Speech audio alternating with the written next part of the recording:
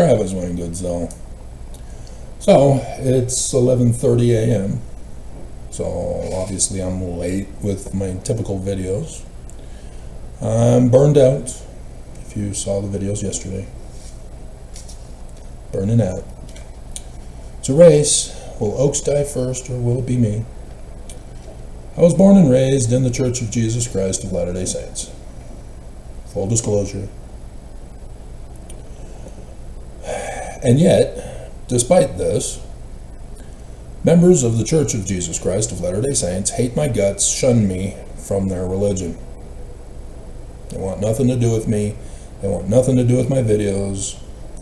And they will even go to the extremes of hunting me down to kill me, to commit crimes against me. I am no longer one of them. So why? I studied my scriptures.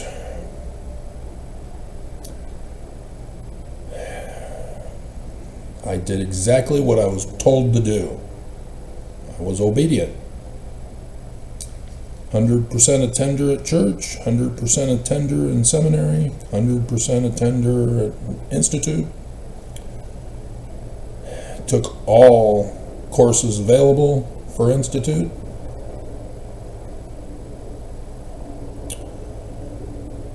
Served in any and all callings that I was given. In West Valley City, I had up to 7 callings at one time.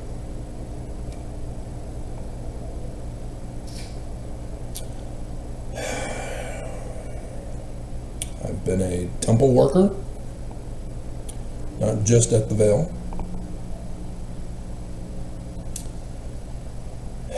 And I've been a special church service missionary to help revise the footnotes.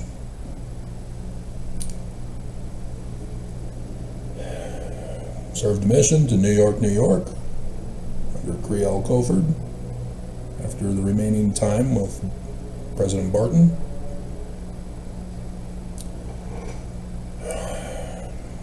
I was companions with McFarland in the Bronx as I sent him home for that final 2 months of my mission. I would have Baxter to finish off my mission. Baxter was my missionary companion, or MTC companion. McFarland and I were assigned to fix the membership records of the branch, to bypass the regular missionary assignments, which, yeah, all other missionaries were jealous. And yet, assistants to the presidents are in that special calling too. Nonetheless, the district leader and zone leaders knew they couldn't do anything to us.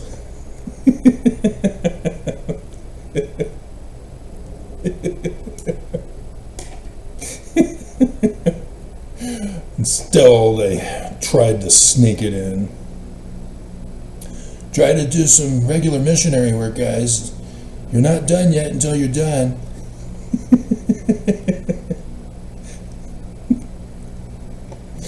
Yeah, those missionaries who complained about others were the ones who did it themselves when their time came. I found that very amusing, how the scriptures are so true on that. Be man mode. So, yeah, sailed in the temple twice.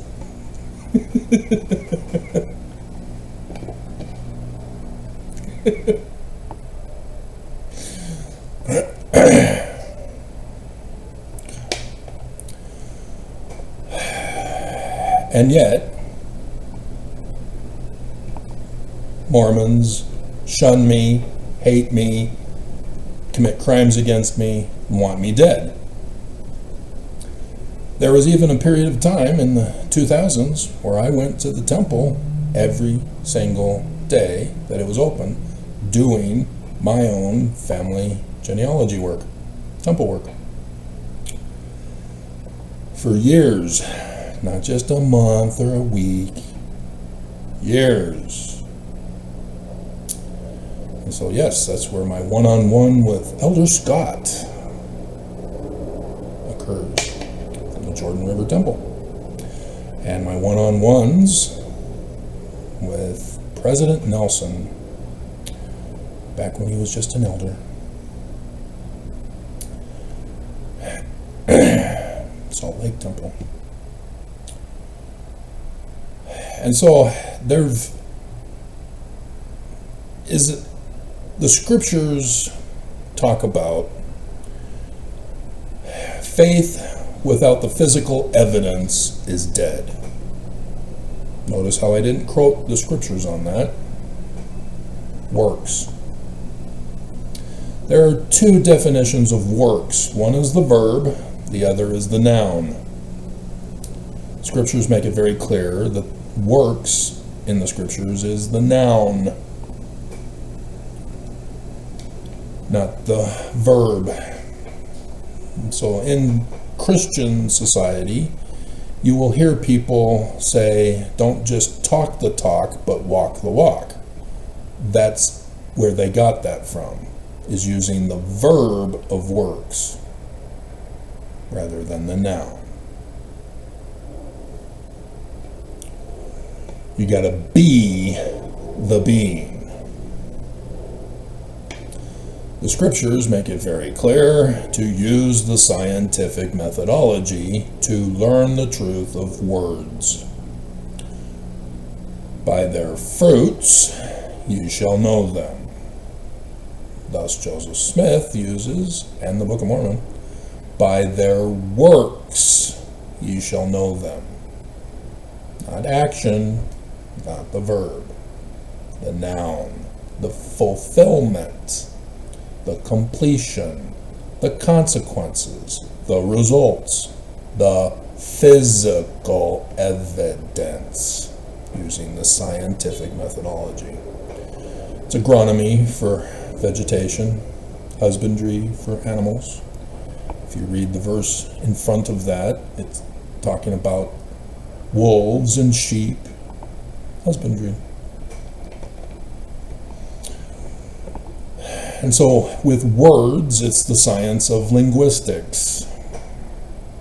Still, you have to use the exact same scientific methodology. That's why they use the other versions of science to explain linguistic version of science. Lots of people say lots of things. So in Southern California, going to Placentia, our Sierra Vista Elementary in Placentia, and then moving to Corona, going to Auburn Jail for 8th grade, and Norco for high school. There were many of my peers who were white supremacist Christian nationalists who said lots of words. And as a boy, unaccustomed to the world and things, I trusted people. That when they say something, it must be true. Why would they lie? I soon found out my childhood peers loved to lie. They thought it was hilarious to lie, and to get other people to believe their lies and spread their lies. And so that pissed me off, rather than joining them in their lying. But we were primitive back in those days. Access to knowledge from textbooks was rare. And the textbooks that we did get kept getting obsolete once we finished the class for the year. All that we had learned is now obsolete. It was worthless. We wasted your time. Pluto is no longer a planet. Tomato is no longer a vegetable. We wasted your time. You memorized useless information. That is all wrong.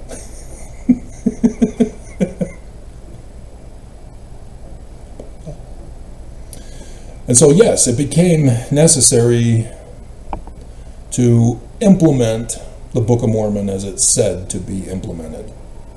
Line upon line, precept upon precept, to learn the truth. I am not anti-Joseph Smith. I am not anti-Book of Mormon. And yet, members of the Church of Jesus Christ of Latter-day Saints hate me, commit crimes against me, and want me dead. Have shunned me. I have gained a physical witness testimony of both Joseph Smith and the Book of Mormon. And that's why.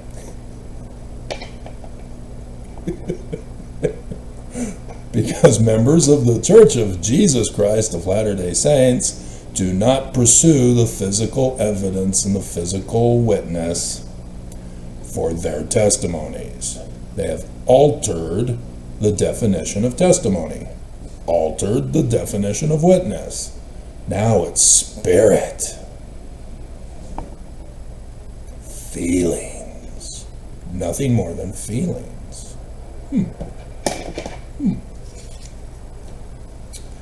heard that in a while. I do have that, right?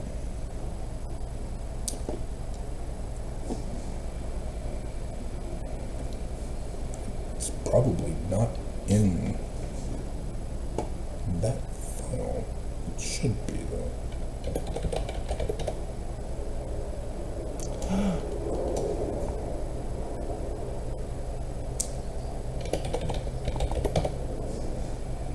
Oh my hell.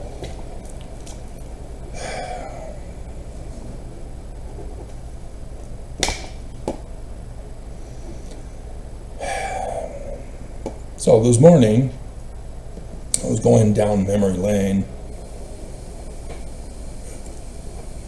trying to fix the computer files, or set them in order. So yes, something got left behind. That song.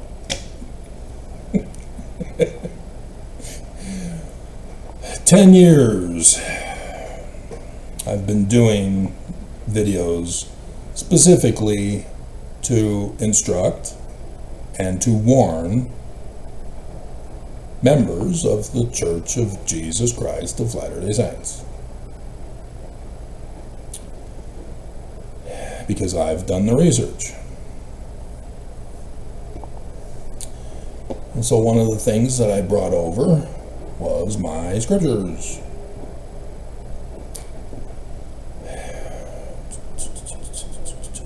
Oh, it would be in this other file. So I got both versions, one with my mission passport photo and the other with just the scriptures.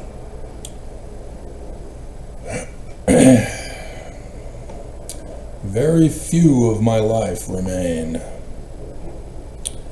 In 2008, President Monson and the full 15 signed the order and the receipt to have me erased.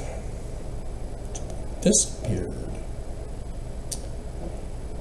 So yes, my seminary scriptures, which were my mission scriptures as well, shows you how much I studied. Right, Sister Freeman? This was just the beginning of the Book of Mormon. They should be somewhere. One of these boxes still. They survived.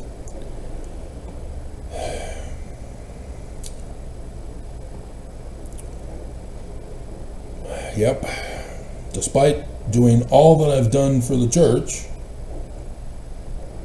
the head of the church, with the heads of the church, like Mormons, following their example, shunned me, silenced me, erased me, destroyed me, tried to murder me.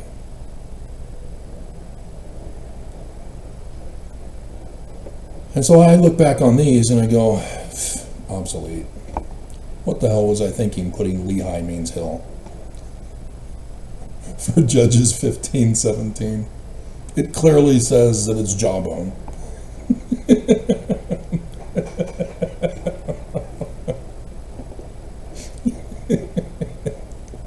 But yeah, that's what I did as a child. I didn't have access to reference materials other than the scriptures. And so I heavily annotated. And with Mrs. Feskin in 5th grade, I had to change how to learn and to remember it. And so I became a visionary. By reading the Book of Mormon about the visionaries, I became them.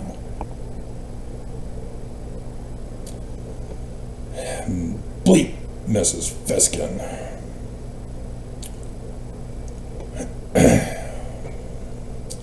And so my brother, however, didn't have the experience that I had with Mrs. Feskin.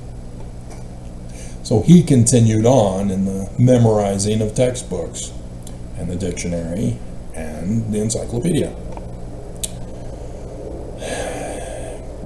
Because he had a vision problem in which he only sees two-dimensionally. He is unable to see three-dimensional objects. So when a baseball comes at his face because mommy told the two boys to go out and play catch, and upon the older son, the older brother, throwing a lob just maybe 4 feet away, and it smacks him right in the nose. He didn't even move to lift up the glove. Yeah, that was the end of his sports career. He did get into volleyball older, college, I think. He liked that, but he wouldn't be able to handle one of my returns. I knew how to curve the volleyball.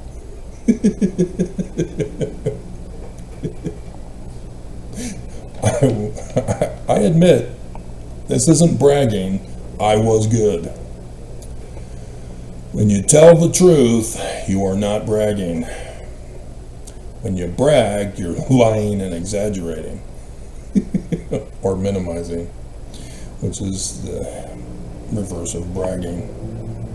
Women tend to do that, whereas men tend to brag. Women downplay, men brag. Nonetheless. So if I were to tell you that in 2 days, from the 26th of April, is the birth date for the mother of the Mormon Christ,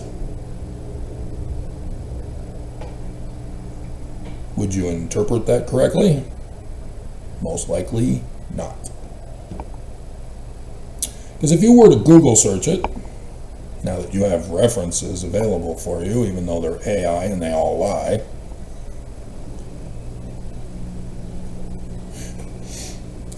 you would find out that the traditional date for the mother of Jesus, words, kind of important to understand them correctly, is September 8th. And I got the materials in preparation if I'm going to do that video on the 28th. This is just a heads up, just in case I do that video.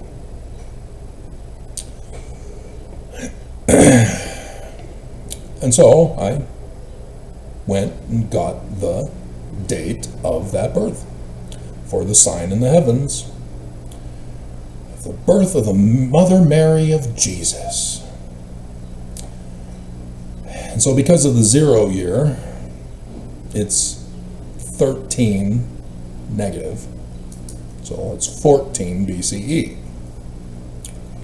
And so Jesus was born in 1 BCE to be 1 in 1 CE. Kind of important. Right, Mormons?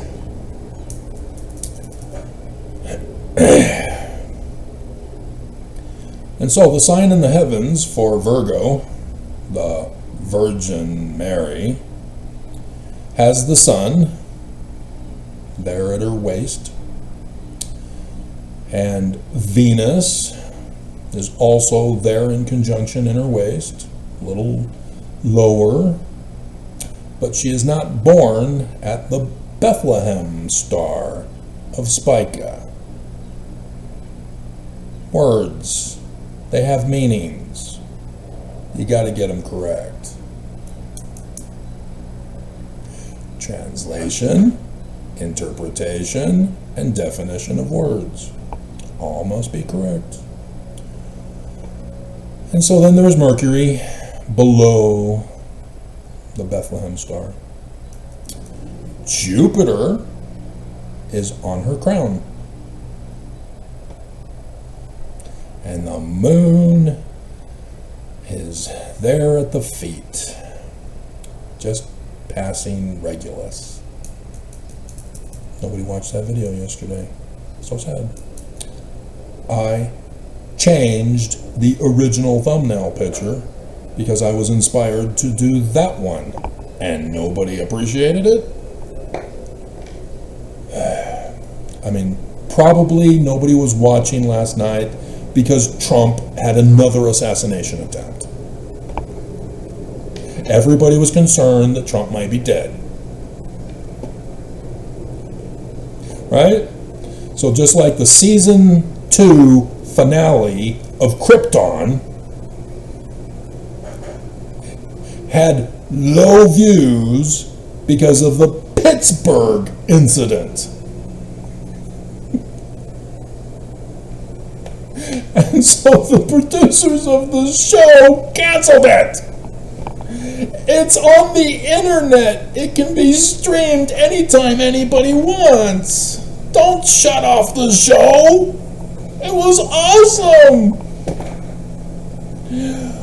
Ugh.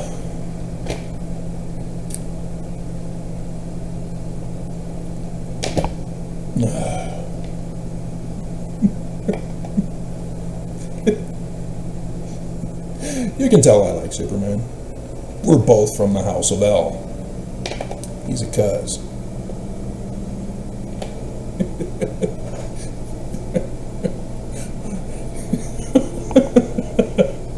Just like Rahm Emanuel. We're cousins. Cousins.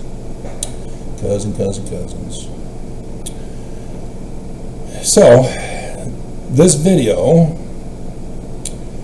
is going to go over the main branch-offs from Joseph Smith.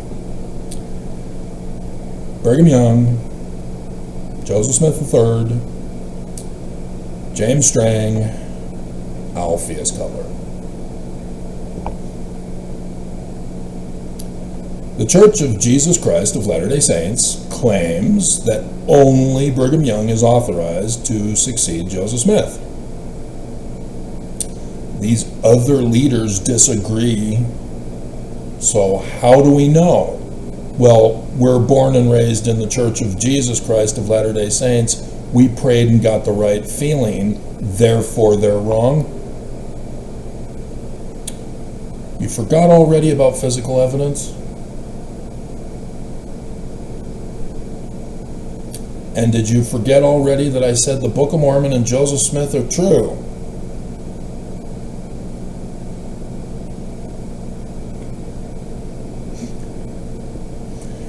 Words matter. And even though I don't have a script and I'm prone to many memorization errors, you know, like screwing up dates, names. Yeah, I know. It could be a major factor of why I've been so unsuccessful with women. The two things you must get right as a guy with a girl. If you do not get names and dates correct, you're toast.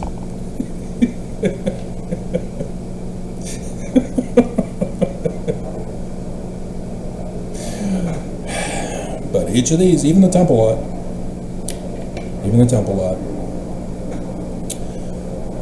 will go over their claims.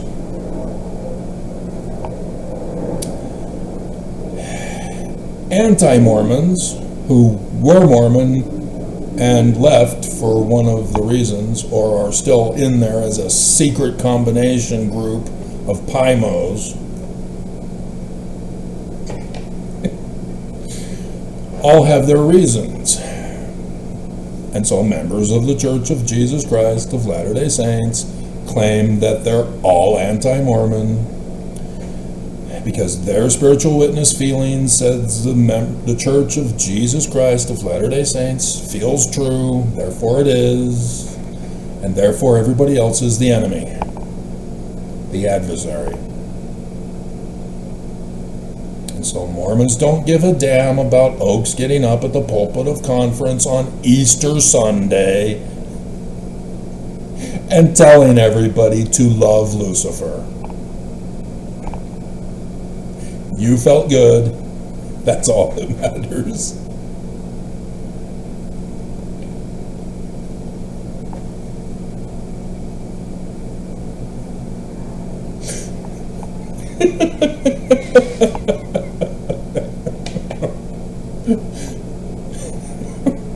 And so you don't care that the great and abominable church of the adversary assassinated the mother of the Mormon Christ. 12/21/21. Ooh, 21 CE? Wow. I thought she was there at the tomb and the cross.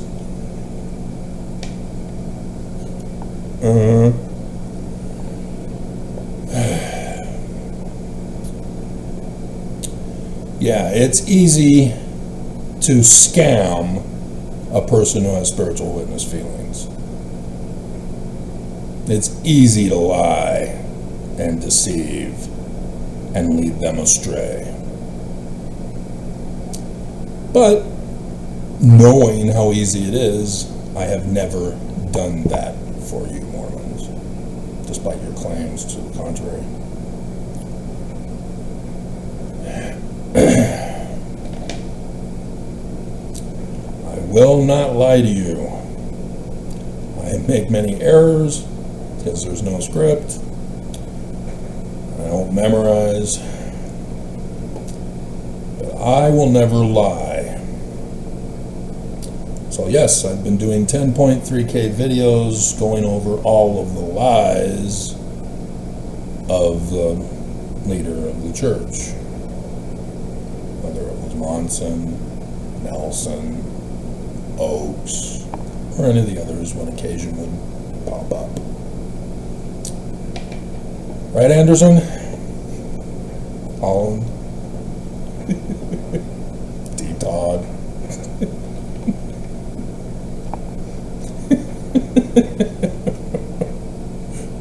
So,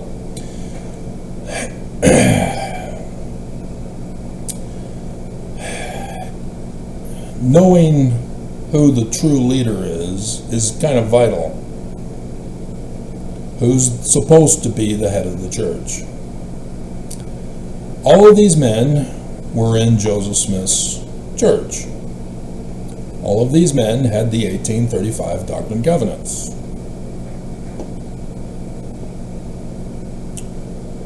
And yes, I did bring it. I did transfer it over.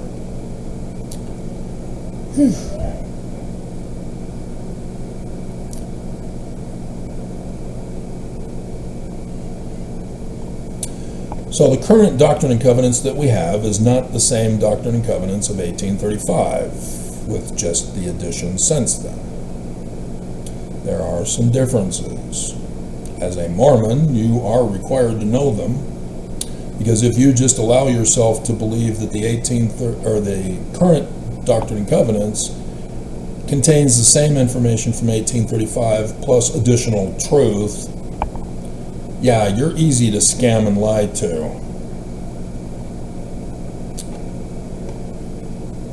And sure enough, every single year the FBI keeps coming back to Utah exclusively to say, hey guys, you're the highest percentage of those who fall for scams. Here's another one that's coming. Don't fall for... Oh, crap.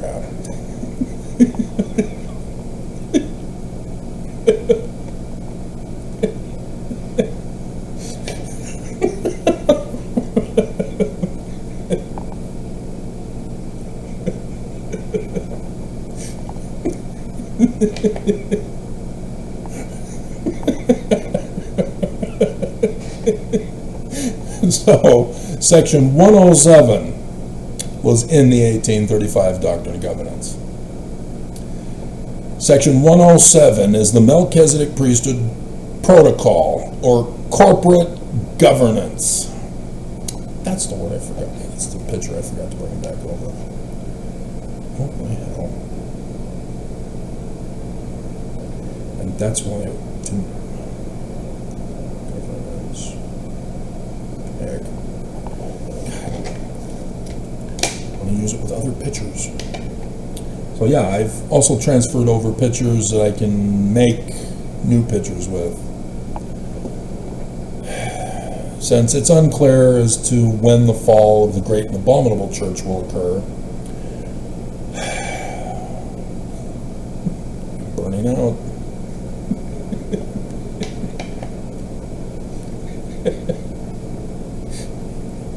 The incompetence of the enemy is burning me out. And I, like the dog who's making a break for it, want to also make a break for it. So, yes, each one of these men knew about Section 107, and nonetheless went their own way with their own church. So yes, every single priesthood holder must know and should know everything about Section 107. It's the Melchizedek Priesthood Protocol of corporate governance.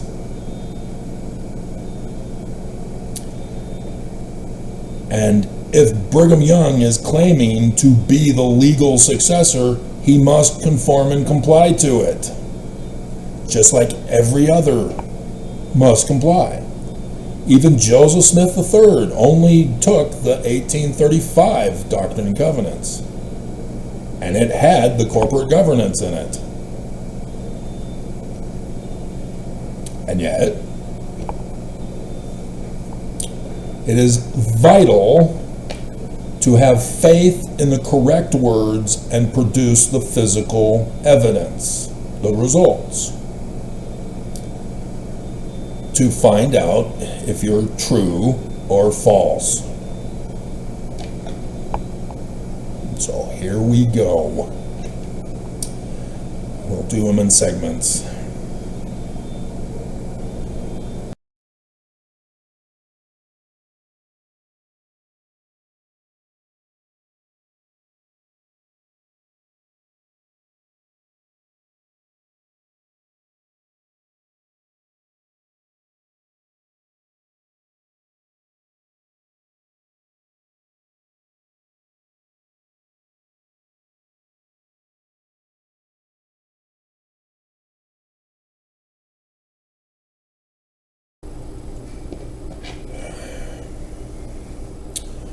It's now after 2 o'clock. I now have another sealed portion video for you guys.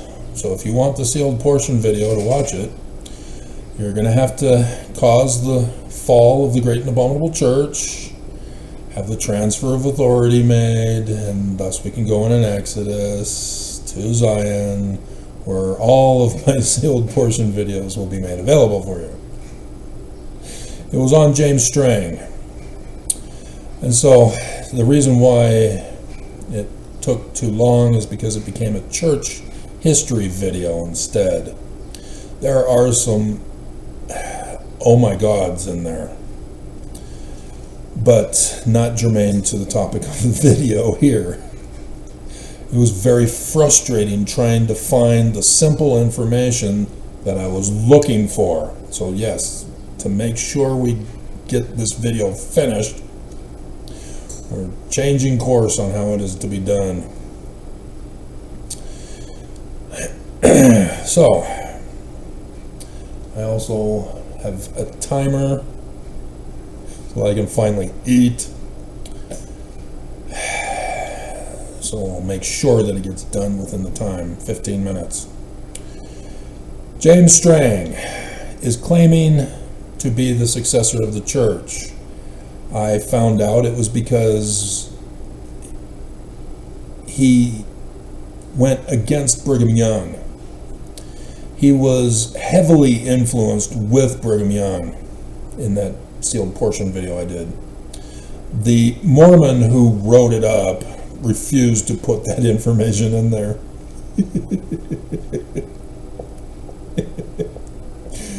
There was a lot of missing information that I had to search for a long time to find, but nonetheless.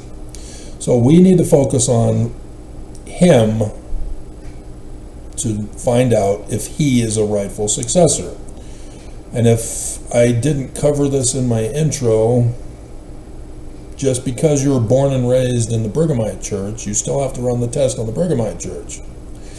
And likewise for any of these others, if any of you guys are listening in,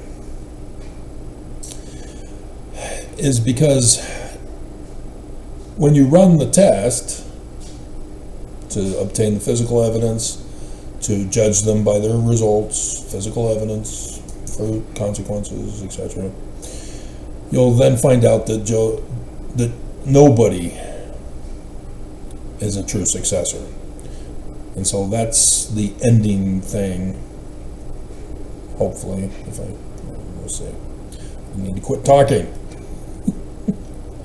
So section 107 is the corporate governance of the church. It is the Melchizedek Priesthood protocol. James Strang is a lawyer. So he's very clever on how to do this. He is following it, sort of. And so that I can see is why Brigham Young got rid of him.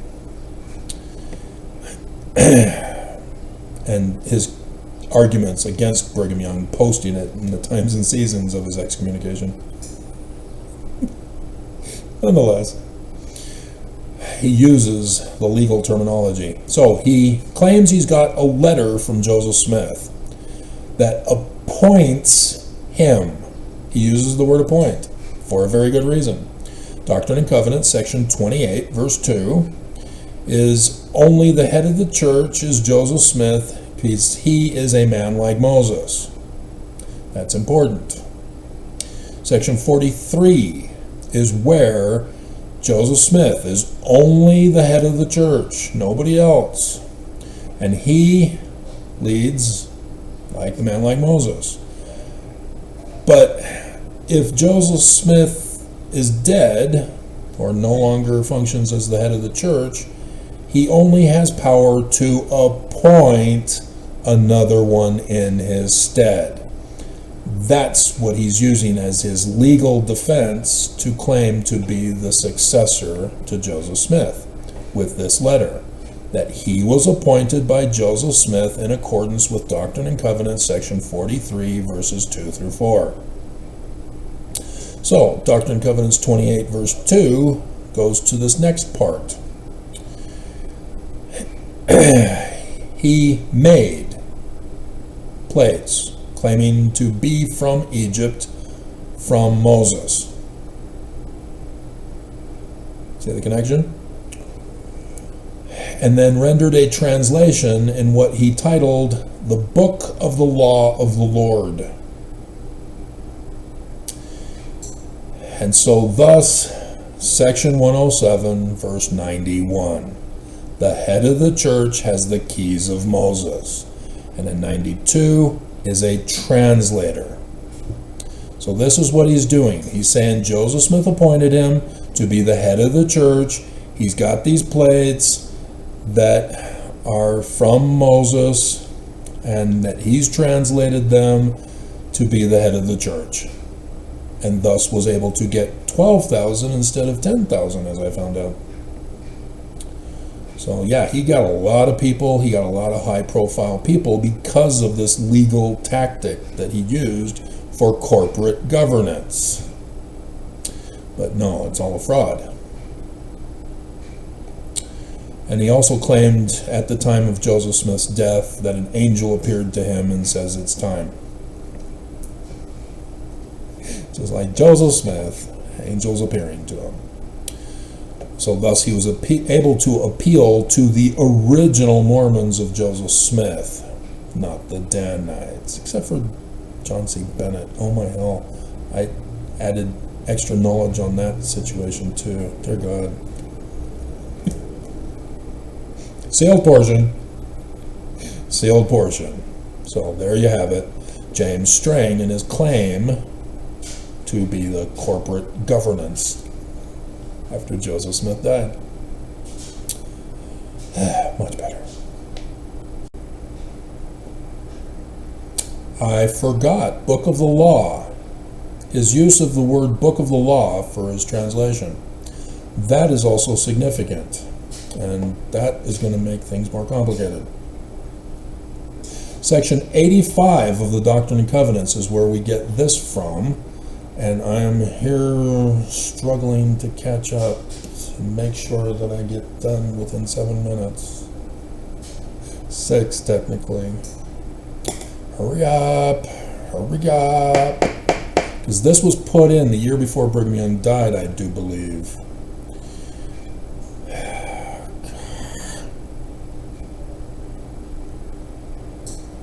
85, yeah. Yeah. That's very interesting.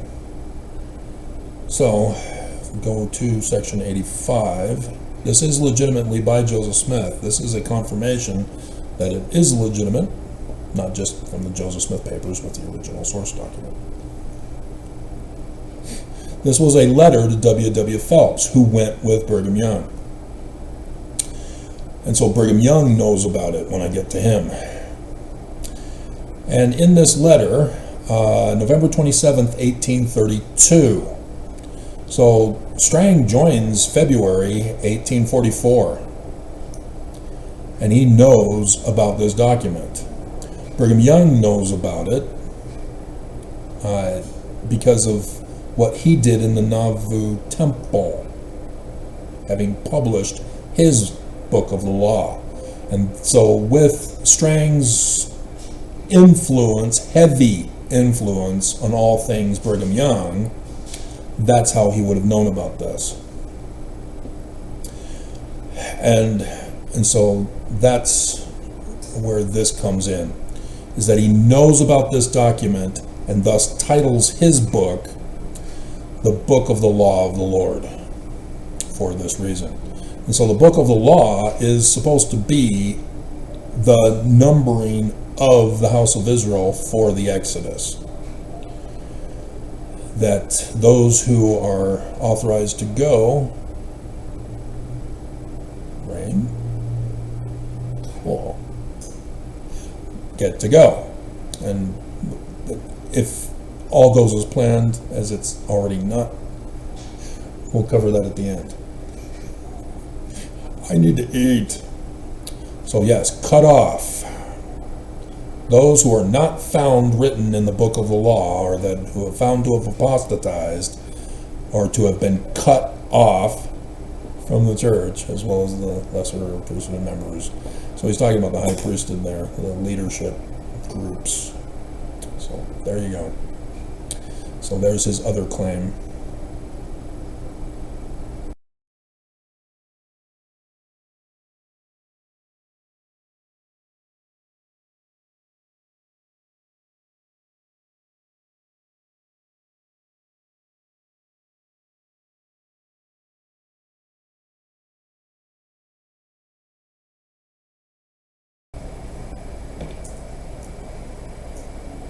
I'm all better now. I'm fed. Laundry is done. I've got my feelings back on my computer. It's raining outside. And I'm kind of pissed because they made some changes up above me so that there's a heavier runoff right by this window.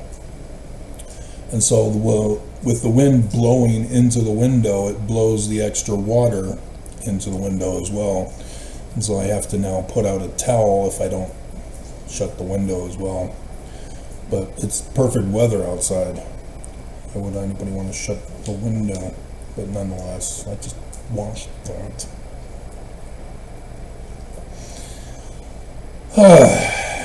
So,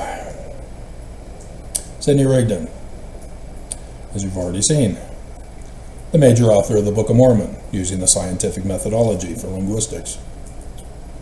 It's essential. This is a fact. The reason why is not explained with the fact that he's the major author. People who use fallacy arguments in their premises always get things wrong. Their conclusions are faulty. They got to try again. But in the sealed portion video, I learned that Sidney Rigdon was going to adhere to section 107, verse 22, to call a Melchizedek priesthood conference for a vote. And so when Brigham Young got there on the 6th of August, he confronted Sidney Rigdon and forced that it be a general conference instead.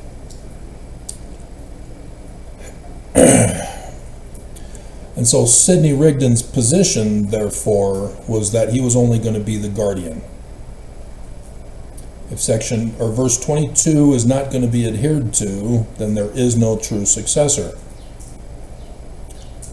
Sidney Rigdon is the founder of Mormonism, along with Joseph Smith Sr. Notice I didn't say Joseph Smith Jr.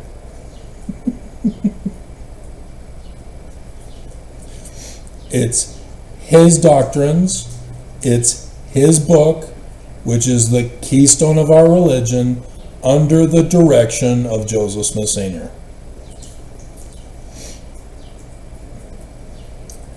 He knows the Melchizedek priesthood protocol for corporate governance. And Brigham Young would have nothing to do with it. And threatened to have all of his Danites either physically beat him up, murder him, or to go their own way anyway. So Sidney Rigdon knew church was over. And so that's why he went his own way, did his own church after the general conference on the 8th. Only Brigham Young, Sidney Rigdon, and Lucy Mack spoke at that conference. So that's it for Sidney Rigdon. The church fell, and so all he did was try to keep it going for the final one that I have for you. Alpheus Cutler is similar on that. I think he might be next. I think.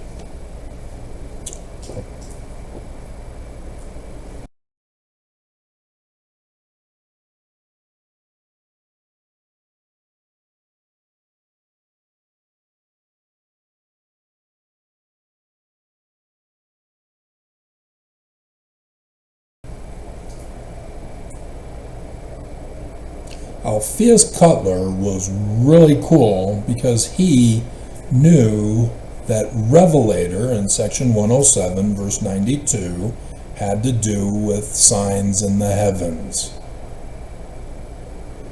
That was his claim. That Joseph Smith had told him before he died that the church would need to be restored in the future and to look for a sign in the heavens for that coming. Alpheus Cutler rushed it because he got excommunicated from Brigham Young, as everybody who didn't give loyalty to him did. And so he saw on September 19th, 1853, a sign in the heavens that he believed was that sign, and said that that's what Joseph Smith told him to look for. It is a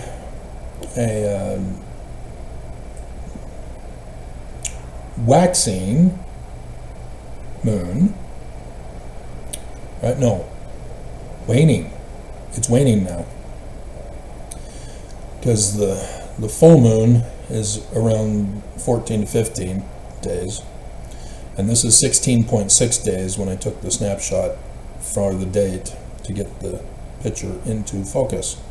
He said it had to do with the moon, 2 crescents of the moon, and thus in this case, waning moon, to give the dark side and the light side of the crescents of the moon. And it's in the constellation of Pisces. The autumn Aretids are also there, but they are not at their peak. So he doesn't really know how this works. But he knows of it.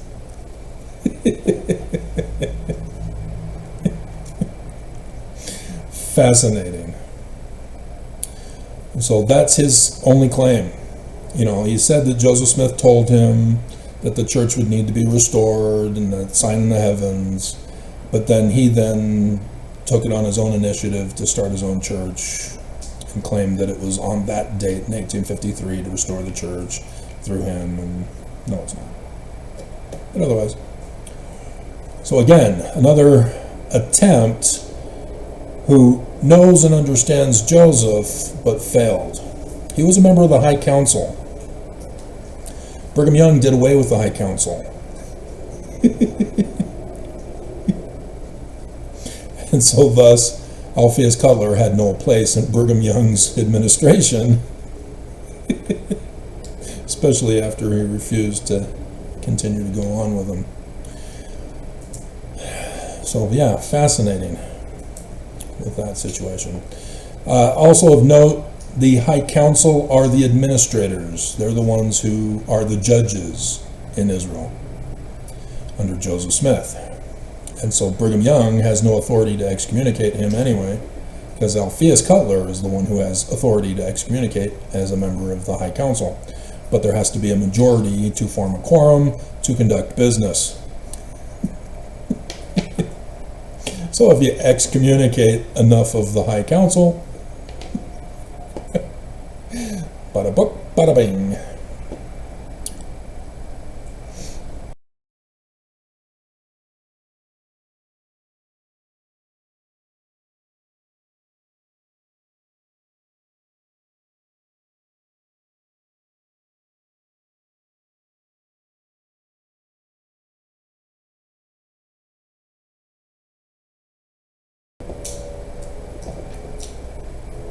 Now the birdies are coming out to play. Awesome day. Just taking the whole day off. It's now 3:30. Granville Hedrick. He was baptized in the wrong name of the church in 1843. This is what pisses me off about Mormons who tamper with church history, imposing Brigham Young upon pre-Brigham Young church. Naughty, naughty boys. And they just get mad and try to beat you up and force you to comply, just as they've done to others. Still the same pattern of practice, boys. Cut it out. So he joined in 1843. I do not see a date of when. And so apparently they leave out the information of why he was excommunicated shortly after the death of Joseph Smith. But he got rebaptized in the Church of Jesus Christ of Latter-day Saints.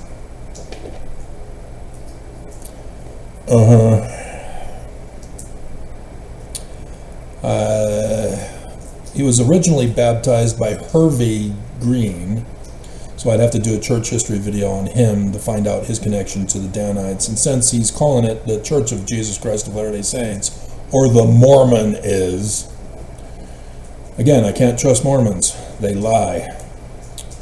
And so I have to do the research to find out that information. But we're trying to find out why he claims to be the successor. And so, he was rebaptized by William O. Clark. And I'm on a PDF, so is that the same Clark guy that I talked about earlier? Oh, right, sorry, sealed portion, never mind.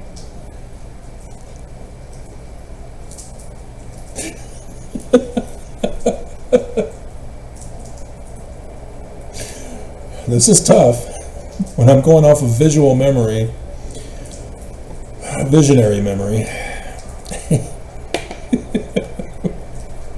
It all seems like it's all part of the same thing. And so he traveled to Nauvoo after being rebaptized, after Brigham Young excommunicated him without any authority. And he didn't join Brigham Young. They claim to join the body of Latter-day Saints led by Brigham Young. No, because he didn't go to Nauvoo. He went to Crow Creek, Illinois. That's why you can't trust these people. And so he went to the bishop there called Gladden Bishop. Are you sure it's not Bishop Gladden?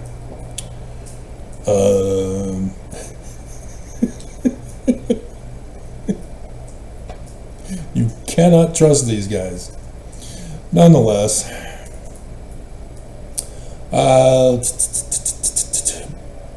Brigham Young left without him. He stayed behind. He led the Crow Creek Church since April of 1857. Okay? So he moved to Crow Creek, was under the bishop of that township, and then took over April 1857. And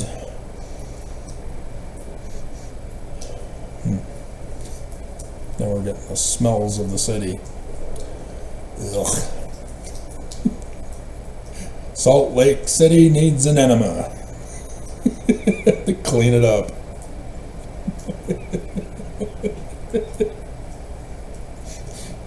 In June, his branch, because they didn't call them wards, that's why. Bishops were over branches, so he's a bishop now. and Latter-day Saints from other unaffiliated branches gathered for a conference. We got rid of Brigham Young. Hallelujah! And so they band together, those who did not join Brigham Young, and had a general conference together. And then they throw in Johnny Page was in attendance.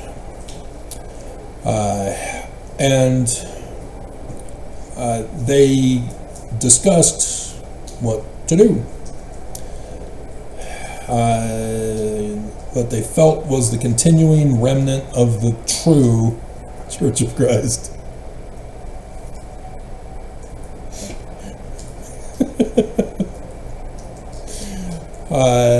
May 1863, conference of these branches.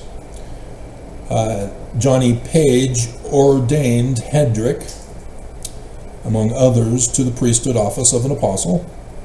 In July 1863, there was another conference proposing that the members of these branches nominate a person to be president of the high priesthood of the church. Page nominated Hedrick, with the assent of the Latter-day Saints at the conference. Assent. And so Hedrick was ordained at that conference in July 1863 to be the president of the high priesthood and a prophet, seer, revelator, and translator. Thus, section 107, verses 91 and 92, but without the keys of Moses. However, we're not done yet. Now that he's president of the church, he then, 1 month later, mid-July 1863, within 1 month, he began to produce revelations, wrong definition, photos,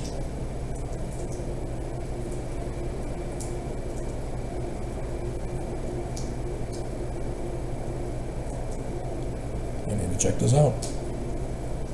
If this is his revelations, I need to see it. I need to obtain it. It's on Flickr.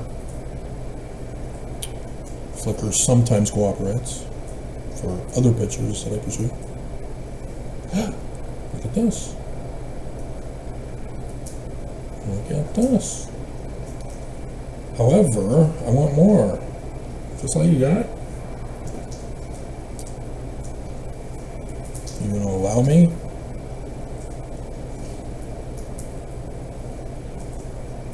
You are. Cool. So I probably should have had this. How do I put it with the picture? It's already long.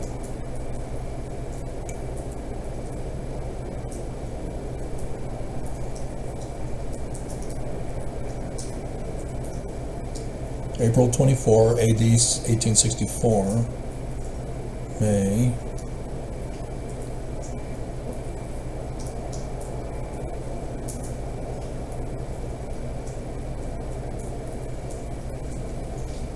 August 10th. So I'm not seeing the revelation, guys.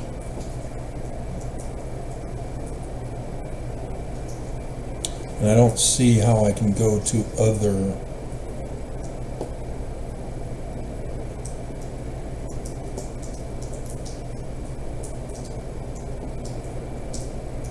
so that's weird.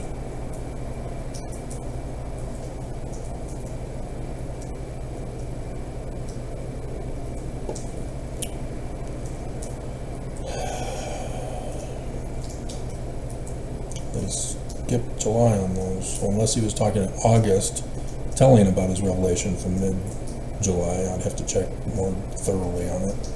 Stating that the pride of Joseph Smith led him to produce false revelations. Seriously? You're basing your church off of Joseph Smith, which you claim is a false prophet.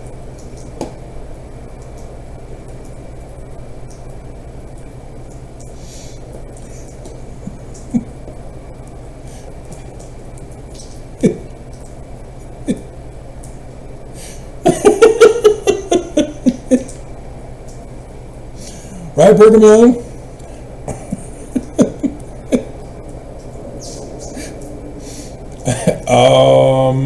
Questions? Galore.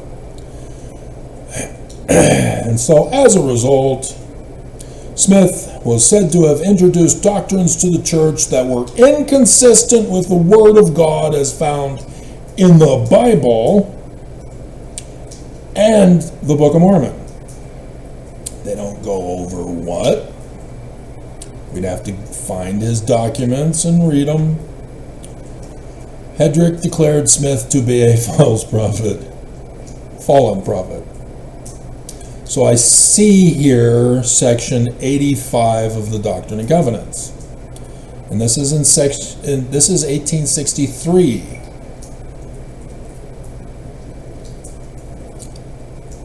Right? Yeah, 1863. I think I was seeing 18. Oh, there's 1864. Wow. So section 1, let's see. Yeah, it would also refer to section 85 because of the temple that he's referring to, the Temple Lot Church. November 27th, 1832. So he likewise knows of this. So he is justifying, claiming that Joseph Smith is verse 8, just as Brigham Young did when he put it in his 1876 edition of the Doctrine and Covenants, and claiming that he therefore is verse 7, to set in order the temple.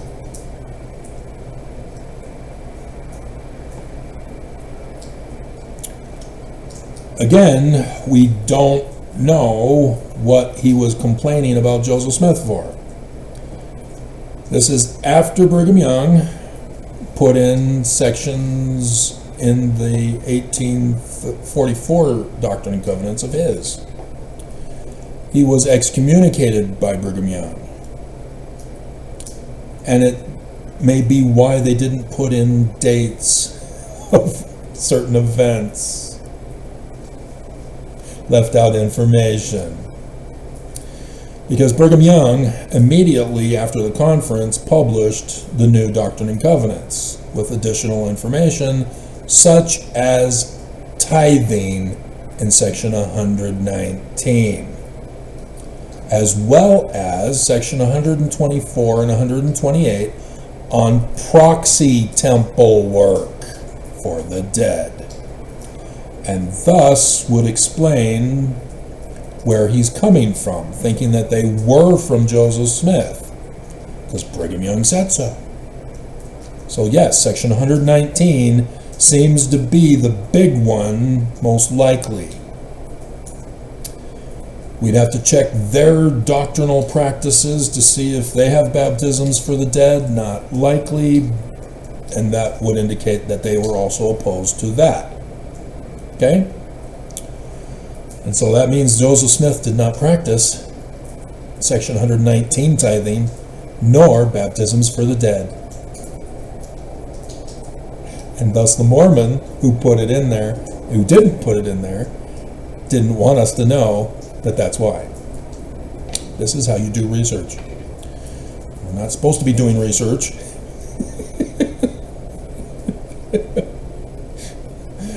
Okay?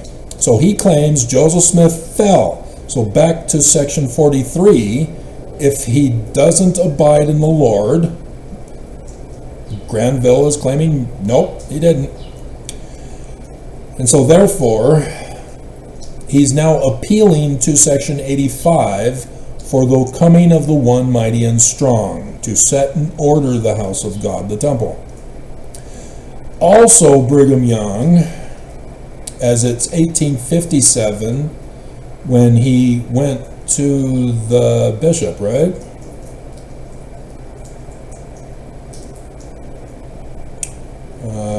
No. Doesn't say. 1857 was when he became the bishop. So it was sometime after 1844, before Brigham Young left. And so Brigham Young, by this time, has already done some other stuff. He's added a garden story and creation story, a garden story. He's added underwear around this time period as well. With the Nauvoo temple, he's now got section 119 going so that those who are worthy can go. He's now doing baptisms for the dead. He's doing ordinance work in the temple, and also sealings by proxy and sealings of polygamy to Joseph Smith. So again, if Granville believes that all of this was legitimate, that was done and changed by Brigham Young, as he's a newbie, he doesn't know what's going on. He doesn't know about the Danites. He joins in 1843. Joseph then dies the next year.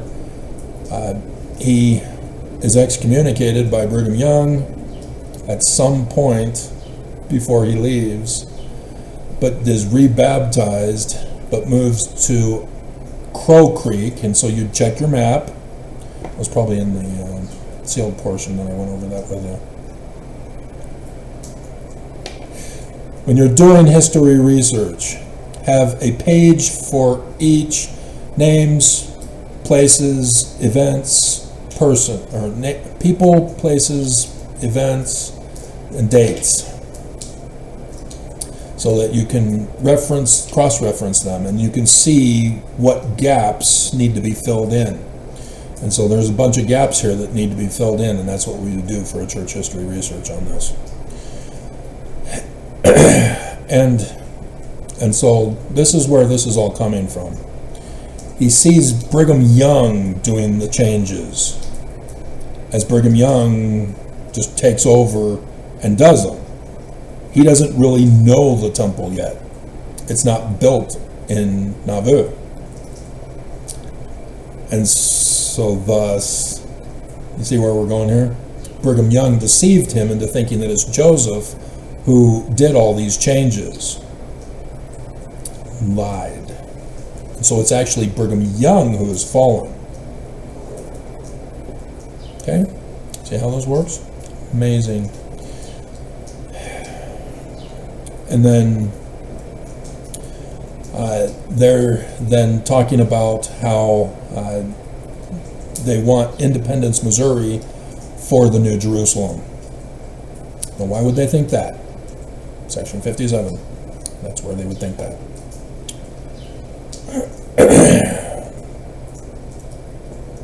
Section 57 was in the 1835 Doctrine and Covenants. Hearken, O ye elders of my church, saith the Lord your God, who have assembled yourselves together according to my commandments in this land, which is the land of Missouri, which is the land which I have appointed and consecrated for the gathering of my saints. And so you can't say it's the gathering of all saints to the one location, because that was Kirtland, when the Kirtland Temple was built and dedicated, and then the visionary account afterward. This is 1831. And so they're in Jackson County, Missouri then, but he journeyed from Kirtland.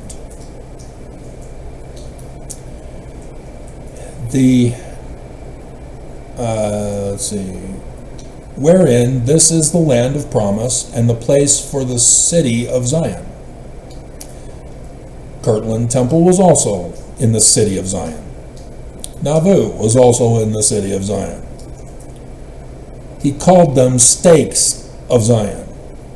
But when he talks about the latter-day temple, the New Jerusalem, that's different. I didn't check to see if I have 19 July 1840. I better. It's a core document. And so he, in verse 3, thus saith your Lord God, if you will receive wisdom, here is wisdom. Behold, the place which is now called Independence is the center place, and a spot for the temple is lying westward upon a lot which is not far from the courthouse. So So he's planning multiple temples here. He's not just doing one and done.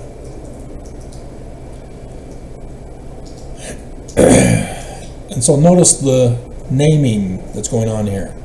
This is the spot for the temple is lying westward upon a lot. They are the temple lot church.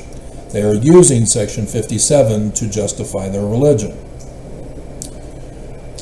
And they don't correspond to any of the Melchizedek priesthood protocol, other than to appoint him the president of the high priest and gives him titles of prophet, seer, revelator, translator, and he does none of the outward performances for that, when Joseph Smith clearly did. And some of the other guys that we've already gone over. And so then he gets a revelation to do what is already in the scriptures that he claims Joseph as a fallen prophet for.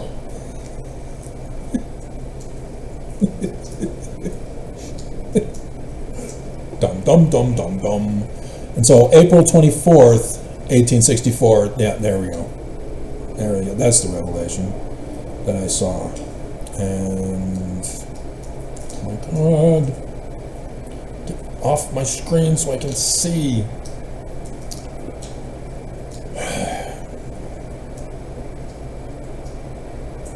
April 24th, 1864. Yeah, there it is. That's right there beginning. Hear, O ye people, and hearken to the counsel of your Lord and Savior Jesus Christ, who are called by my name, and keep my commandments, you who have sought to know my will concerning my people, who have professed my name and entered into the new and everlasting covenant. Marriage. So polygamy was also opposed by them. To keep all my counsels and commandments of the only true and living God. Bear then these things which are revealed unto you by the power of his Holy Spirit. Prepare, O ye people, yourselves in all things, that you may be ready to gather together upon the consecrated land which I have appointed and dedicated by my servant Joseph Smith, who is a fallen and false prophet. The first elders of my church. In Jackson County, state of Missouri. You can't claim authority from somebody you claim doesn't have authority. Oaks, can you explain this to them, please?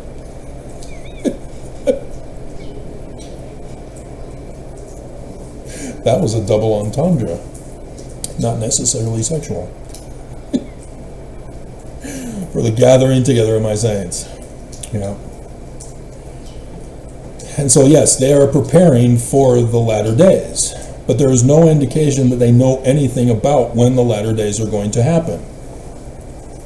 Because he doesn't demonstrate any of the gifts and powers of seer, prophet, revelator, translator, spirit. Fascinating. Okay, so maybe if I pray real hard, it will be here.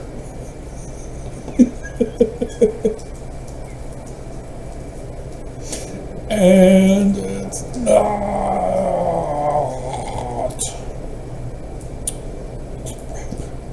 Okay, so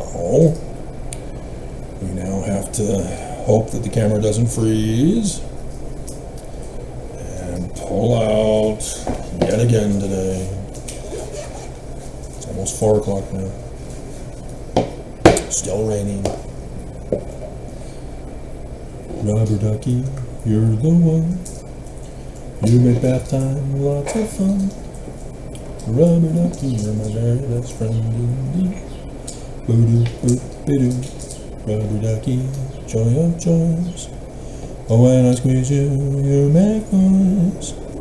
Rubber ducky, you're my very best friend, it's true. La da da da da, la da da da da da. A rubber ducky. Not gonna give me anything. Just gonna have to trust it's gonna work. A rubber ducky. No, it shouldn't be in forged documents.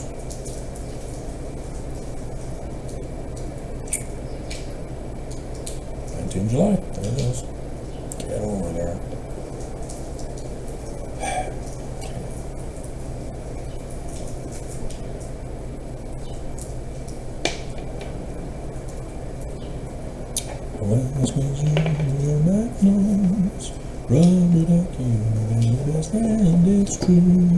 Shouldn't that be the elevator music? I don't know why. No, other elevator music is fine. As long as it's instrumental. Got a beat.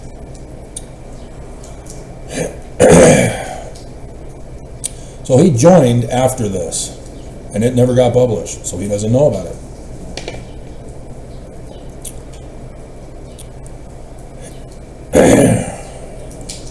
Let's see if I can find it.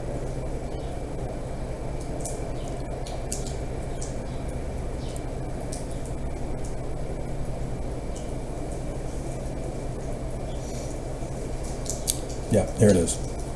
Verse 2. It's on academia.edu for you, for free. I formatted it into a chapter or section, whatever you want to call it, with verses and footnoting. There is some upgrades that need to be done to it, but, you know, whatever. Bleep you. So he's referring to section 101's parable of the future church. And verse 51 is what he's focusing on his commentary here. The destruction of Brigham Young's church in the Salt Lake Valley.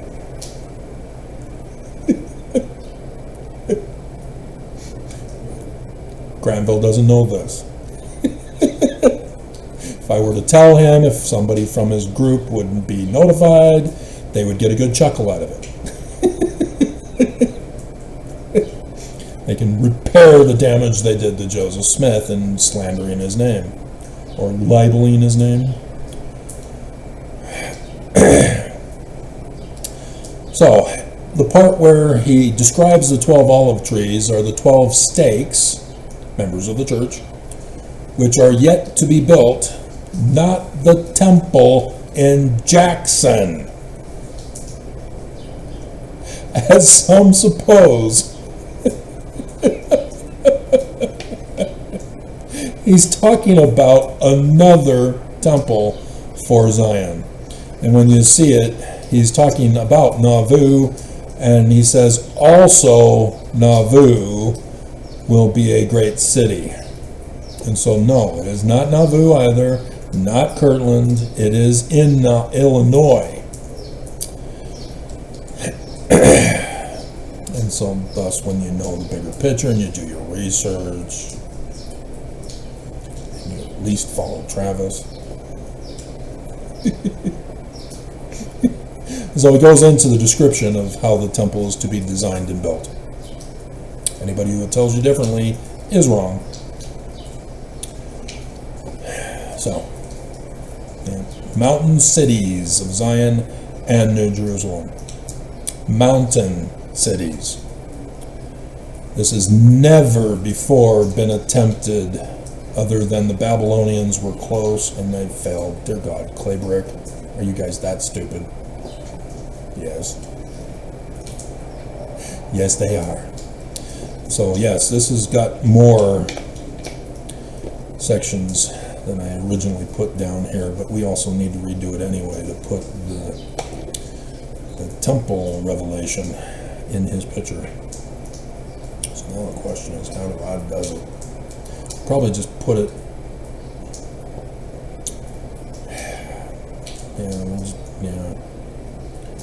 Yeah, 30 minutes for this, my hell. So yeah, we'll put the picture in this location and then the rest of it, okay.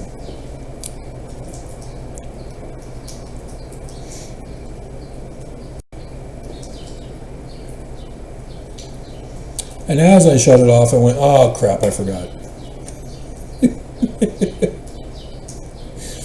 And we'll cover this again with Joseph Smith III, who is likely to be next. We're doing Brigham Young last on purpose. There was a lawsuit of the Temple Lot case, and I have that, right? Right? Are you bleeping kidding me? Sydney Reagan, list, Church of Jesus Christ, Times and Seasons. Oh my God. This better be it.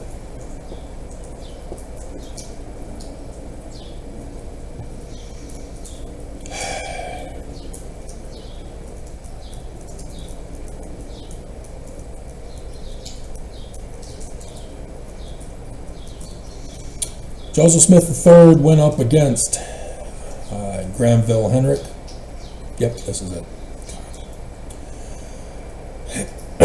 And so in the Circuit Court of the United States for the Western Division of the Western District of Missouri, decision of John F. Phillips, judge, in Temple Lot case. The Reorganized Church of Jesus Christ of Latter-day Saints versus the Church of Christ et al., which is the Temple Lot Church.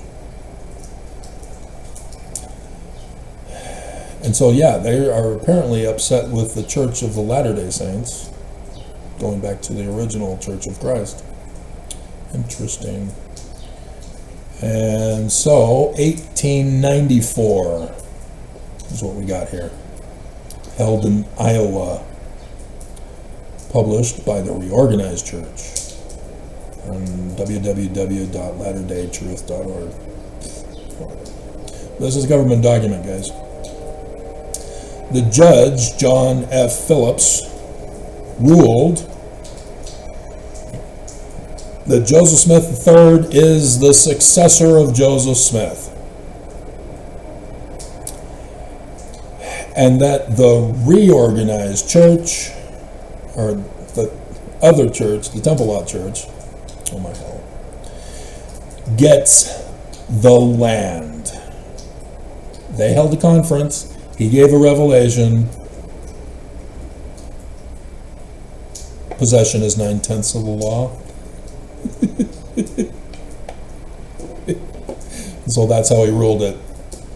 So Brigham Young, not even an issue. He's got his own land. He's got his own temples. Bleep him.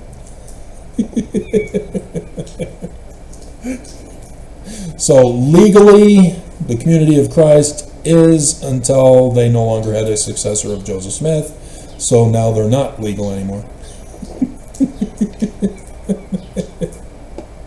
So yeah, there's a lot of history that the Church of Jesus Christ of Latter-day Saints refuses to tell us. So yes, now we can go into Joseph Smith III then with this. So that's a good segue. So we can put it in between the two pictures. Perfect.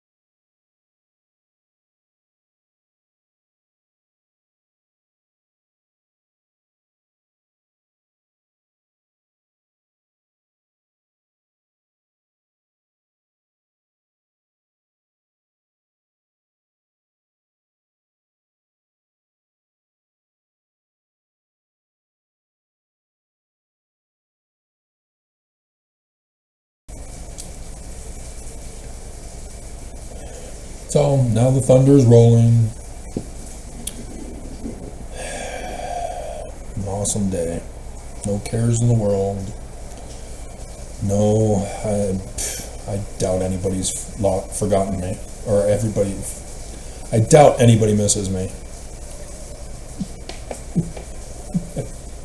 Nonetheless, Joseph Smith III, he was born November 6, 1832. So he was 11 years old when his dad died, was assassinated. So went on to practice law. In 1856, he married Emmeline Griswold from the Griswold family. Holiday Row, Holiday Row.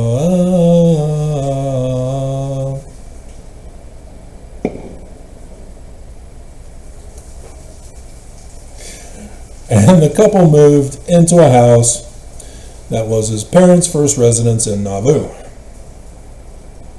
5 children. Not what we're interested in for this video. Corporate governance. So we've got a couple of newcomers who have a claim, even though there's at least the one who forged it. But he is appealing to a legitimate claim for corporate governance for Melchizedek priesthood protocol.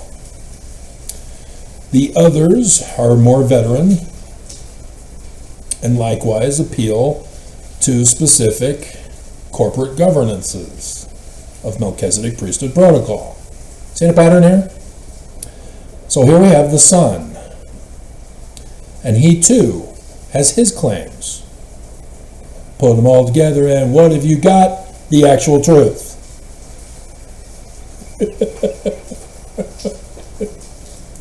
You got to have them all, but that's the end.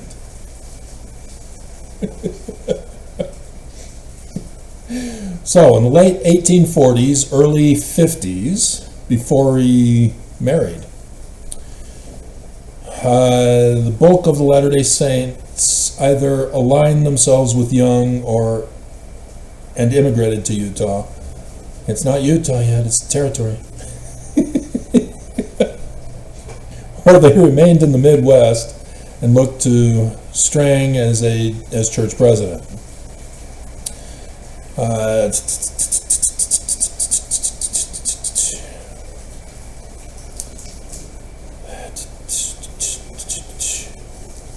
The Midwest Saints,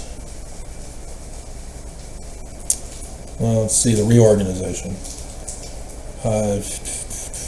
Strang gave indications that he believed that a son of Joseph Smith would one day lead the church and made overtures to the Smith family. And so this, again, is another appeal, as Strang also was a lawyer. And here you have Joseph Smith III going into law as well. And he's appealing to section 107 verse 40.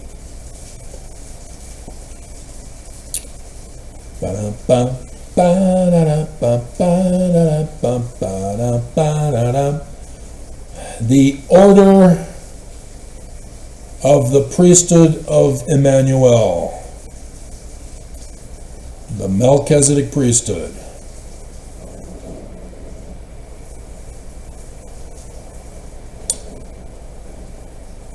Was confirmed to be handed down from father to son, and rightly belongs to the literal descendants of the chosen seed to whom the promises were made. The head of the church of Joseph Smith's founding. But, as I told you, it's the order of Emmanuel. Emmanuel is the Jewish Christ, the man like Moses, Messiah, ben David Moses III, son of that descendants. Joseph Smith is not of that descendant, but a branch of. And for that we get it from the Book of Mormon. 2 Nephi chapter 3. It's all about Joseph Smith. So you got in verse 4, you have Lehi talking to his son Joseph in the story version of vision, not literal history. And he says to his son, "For behold, thou art the fruit of my loins, and I am a descendant of Joseph, who was carried away captive into Egypt. And great were the covenants of the Lord which he had made unto Joseph. Wherefore, Joseph truly visioned our day. And he obtained the promise of the Lord that out of the fruit of his loins the Lord God would raise up," Deuteronomy 18 verse 15, "for the Messiah ben David, Moses, Emmanuel, a righteous branch unto the house of Israel." In the Book of Mormon, the house of Israel is always Mormons. Thus, Joseph Smith. But it's clarified, not the Messiah, because that's Messiah ben David. David Moses the third, Emmanuel. So this is another Messiah, Messiah ben Joseph. And it's all about Mormons, house of Israel. 2 Nephi 29. The Book of Mormon is for the house of Israel. The Christians say, we've got a Bible, we don't need a golden Bible. And then, you fools, you stole it from the Jews, who are the ancient covenant people.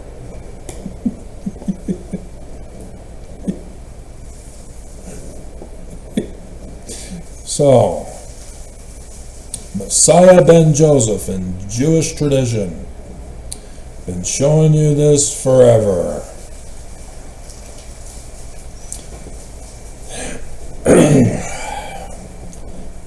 Masiach ben Yosef.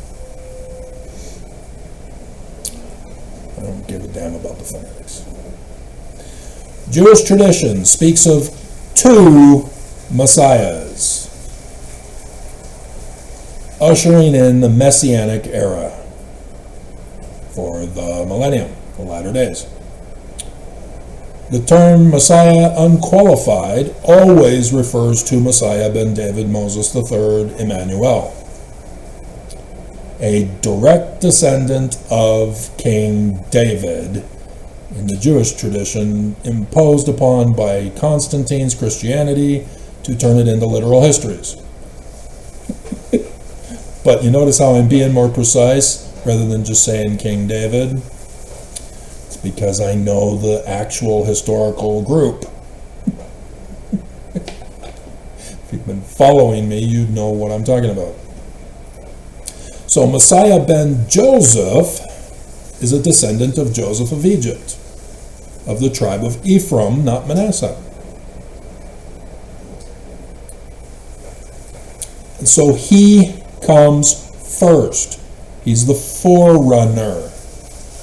He prepares the way before the final Redeemer, the final Christ, the final Messiah. And there in the Book of Mormon it says it's Joseph Smith who's preparing Mormons for the Mormon who would be the latter-day Messiah, who's a direct descendant. Verse 40. And so everything Joseph Smith did is exactly in harmony with the Jewish tradition. He came first, he set up the church, he set up to prepare the world for the coming of the Christ, who would be a Mormon.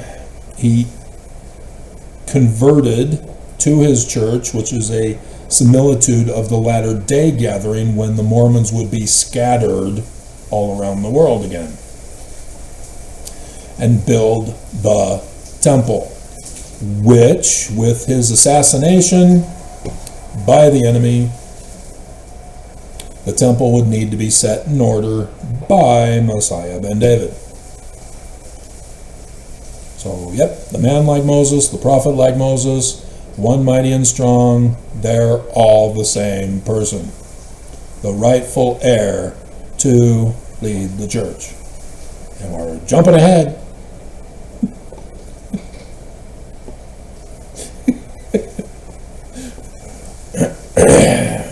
So, that's where all that comes from. He knows. James Strang knows, which is interesting. But he's talking about the future. So he's not assuming it's Joseph Smith III, because he wants to be in charge. He wants to be king for a day. He's got his claims, even though they're forged to make him so. And so that's why Joseph Smith went and founded the church. It should say in here that he went back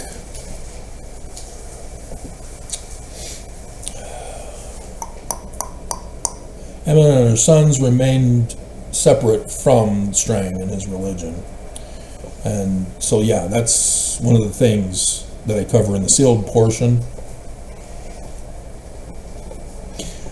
She was not listed. But many Midwesterners admittedly were opposed to plural marriage. Yep. So in the sealed portion, they don't tell us. And so here, in another version, we see the connection with the Strangites and why they are so strange. People are strange when they join Strangites. People are wicked, practicing plural marriage. And so, yes, the original Mormons knew Joseph Smith never practiced polygamy. It was Brigham Young. And Strang, being a newbie, got fully indoctrinated by Brigham Young and then had a falling out because Strang knows the law. He's reading his scriptures, so he knows stuff. He just can't put it together yet. And so Brigham Young's not happy with this, excommunicates him. He goes his own way with his claims. Okay, and so later when Strang was mortally wounded by an assassin, he refused to name a successor, and when he died, he left his church leaderless. We're not talking about them. We're talking about Joseph Smith III. Midwestern saints began to call for the need to establish a new organization. To come together. Can't we all just get along? Of the church. And many believe that Joseph Smith III would be its head. They don't give us a date until finally in 1860, Smith said that he had received this inspiration, and at a conference in Aboy, Illinois, April 6th, 1860, it must be true, he was sustained as president of the Reorganized Church of Jesus Christ of Latter-day Saints, and stated at that conference, "I would say to you, brethren, as I hope you may be, and in faith I trust you are, as a people that God has promised his blessings upon. I came not here of myself, but by the influence of the Spirit. For some time past I have received manifestations pointing to the position which I am about to assume. I wish to say that I have come here not to be dictated by any men or set of men. I have come in obedience to a power not of my own, and shall be dictated by the power that sent me." So, bleep you all!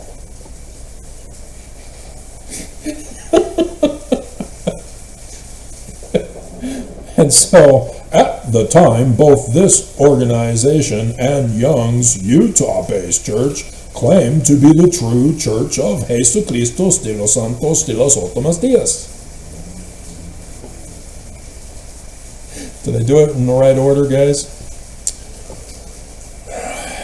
And so that's his claim. I was hoping to find when he went to Utah, because it was before he then became the president. And so it would have been before April 6th, 1860. And so this was during the time when Brigham Young was involved in slave trafficking through the Perpetual Immigration Fund and had officially, publicly began sex trafficking and prostituting of women and polygamy.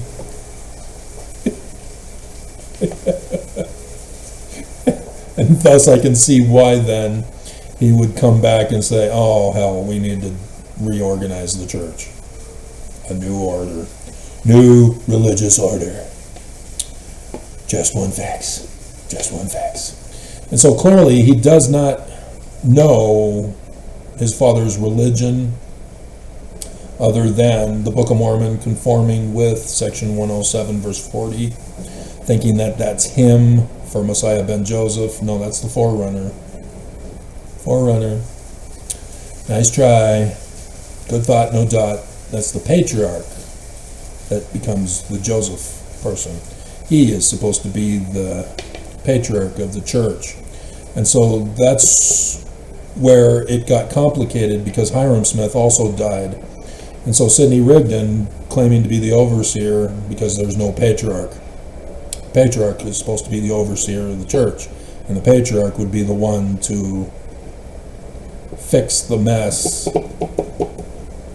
to set things in order, to get the right president put in, or the three that were required. That's why Sidney Rigdon did what he did.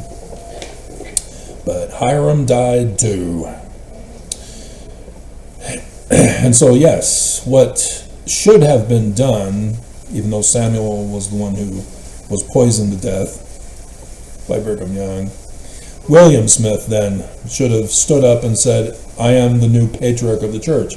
And he was temporarily until Brigham Young excommunicated him. He needed to separate himself from Brigham Young, and he didn't have the courage, he didn't have the cojones to do so. And so, yeah, he then went and followed like a puppy dog to Strang, and then came back to make the third the president for that situation. Although I didn't stay long enough to see what he was involved with. But that's Joseph Smith III's claim. Literal descendant of Joseph. And the judge, as I mentioned already, said, yeah, you are the legitimate successor of Joseph Smith. And the temple lot isn't. But the temple lot got to have the land of Zion. Which Joseph Smith said, no. No, not the latter day one. Guys, come on. So, alrighty. Brigham Young's next. Notice, again, just in case you missed it, everyone else has a claim.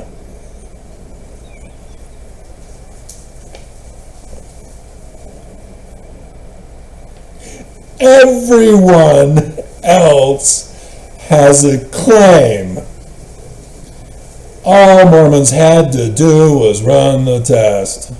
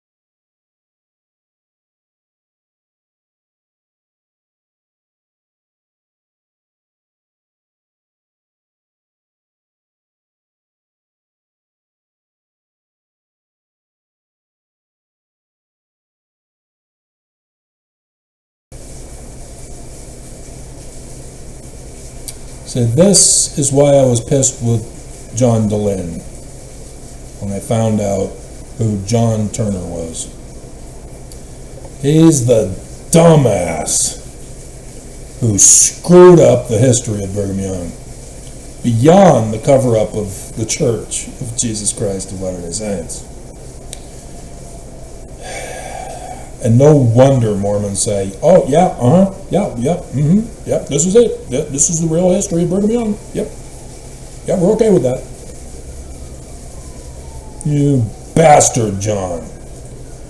And to pull in Alyssa Grenfell, Oakes is just rolling on the floor, laughing hysterically. Just, oh man, he is just going... He's going, that Travis, he never saw it coming. I sure got him through John DeLynn. Yep. See, this is their pattern of practice.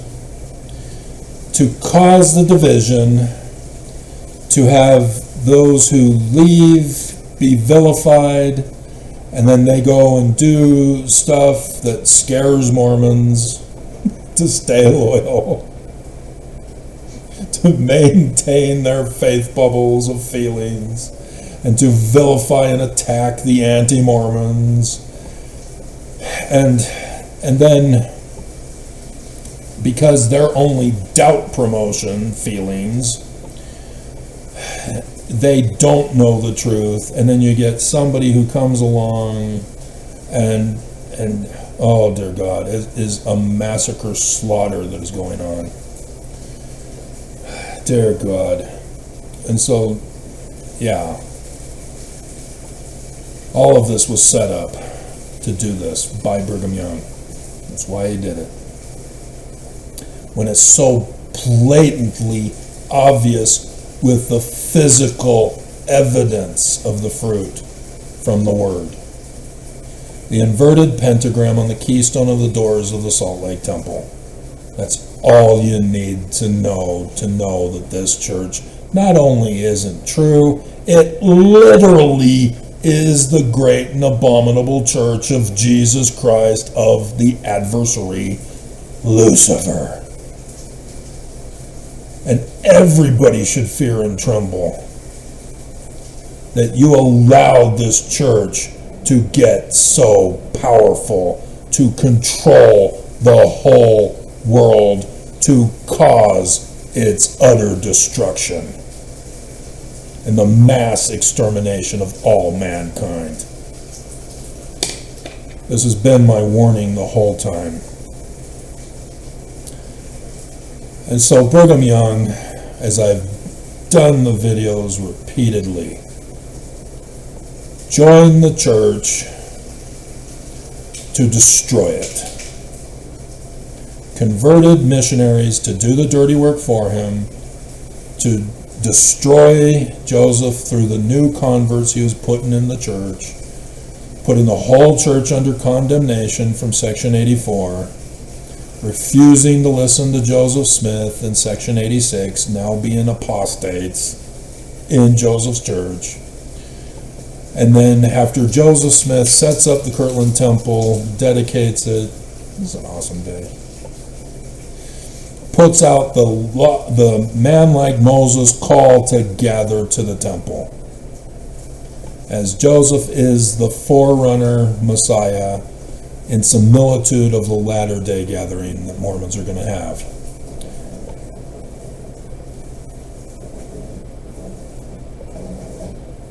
Oh, that was just a line on the wall window. And they come and they're going, what the bleeping hell kind of church is this? This is not Christian. And so they attempt to murder Joseph Smith. Brigham Young's plan is working. And so he's divided the church in 1837. He's chased out Joseph Smith and Hiram as the heads of the church. And so now his Danites are now in control of the Mormons. Coup phase 1. and he takes them back into Missouri after they'd already been chased out with the previous time in Missouri, where they were hoping to have a temple in Independence. It didn't happen. The saints got chased out. And so Brigham Young takes them back into Missouri, where people are already upset with him. And this time he sets it up in the northern area, and a whole bunch of forged documents are laid the groundwork of, as Thomas B. Marsh exposes all of it in his affidavit to the governor of Missouri to cause the extermination order that is more than well justified. But for the targeted group of the Danites, Thomas B. Marsh did not know, and Governor Boggs apparently is illiterate and didn't understand that he was told by the Danites, that he says there are a group within the church called true Mormons, calling themselves Danites. And yet, Governor Boggs just said, all Mormons. All of them.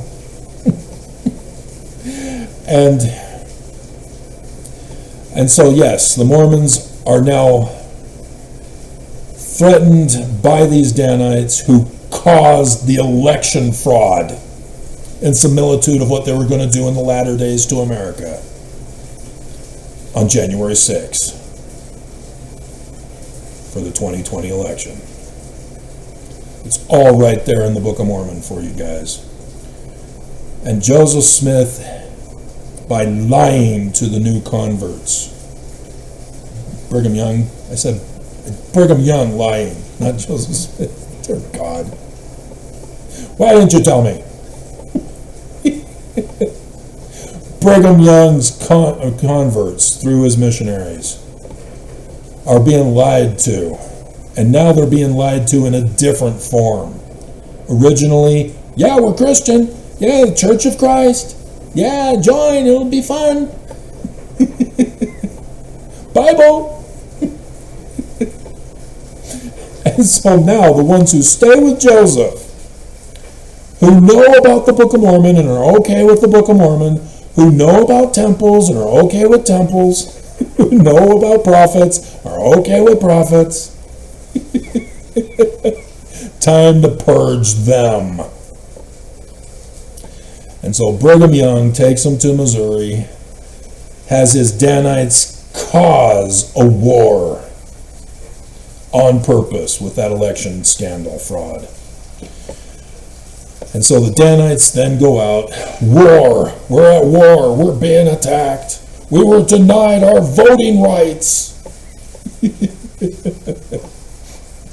And so, yes, the affidavit goes over all the forged documents from Brigham Young's 1844 edition and 1876 edition, as Willard Richards was a part of the putting them in the history of the church, forging the history of the church, taking what was original documents and mingling them with the forgeries in the particular time periods that they needed to be in. And so thus the others, when they are seeing Brigham Young making these changes after Joseph is assassinated, they're like, this ain't the church that we were a part of. This is the third and final purge of those who still want to remain loyal to Joseph Smith. They got purged. And so now only the pure loyalists, only the true Mormons remain with Brigham Young. This was his whole plot the whole time. And he did it. Purging the others. And so the picture is of him in the Nauvoo Temple in the Holy of Holies in December of 1845. December 1845. It was dedicated May 1st, the anniversary of the Illuminati with the inverted pentagram, 1846. He's already doing activities in the temple before dedicating it. These are all secret stuff that he doesn't want others to know about. This is where he is endowing people with no authority to touch the temple, where he's sealing people without authority to seal, where he's doing proxy ordinations, specifically polygamy proxy sealings to the dead Joseph Smith, for which he is not authorized, for which he is framing Joseph after he is dead, but being so mentally retarded to keep a ledger of it.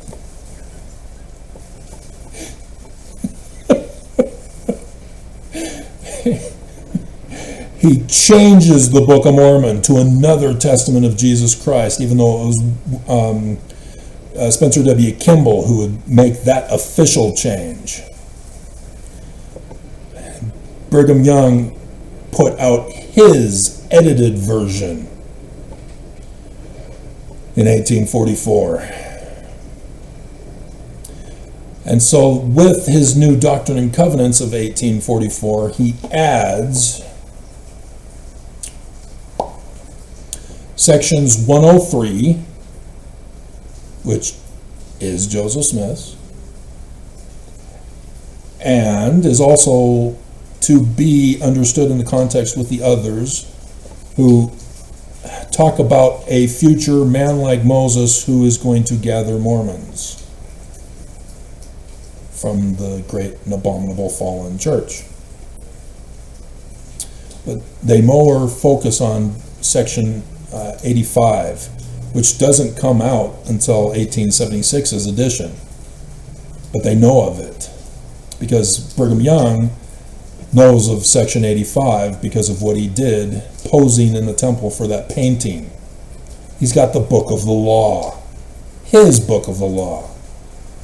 And instead of referring to the numbering of the saints who are coming with him to the valley, it's instead those who paid tithing according to his new section 119 for priestcraft and all the financial criminal operations that got his organization shut down by the United States of America. And so the book of the law is the ledger. This is the type of thing that got Al Capone locked up in prison for tax evasion. And it's the same ledger without knowing the ledger. It was the immigration fund and the organization of the church itself that were dissolved by the United States. But yeah, it was for their financial crimes. The slave trafficking, the child slave trafficking, the sex trafficking, the child sex trafficking, the polygamy that's now aggravated with money involved, bringing those from Europe, specifically England, to the valley here. It was supposed to be the territory of Utah, and Brigham Young is in defiance of the United States by calling it the state of Deseret and a secret combination government, trying to overthrow the government, boot them out, to reclaim the land that he only had for 1 year until Mexico seceded. And under the perpetual immigration fund plus tithing, they were in slavery and servitude to Brigham. And when they would pay it off, Brigham Young would then grant them citizenship. Oh, hell no. And so, yes, the United States also shut him down for that practice. And then he had a print press that he was printing the Deseret coinage and the Deseret bills. and with the Deseret language that was encoded communications so that nobody would know what they're talking about. All a secret combination thing.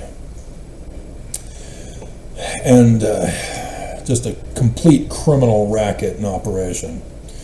And so, yes, the only claims to authority are all based on the lies and misinterpretations.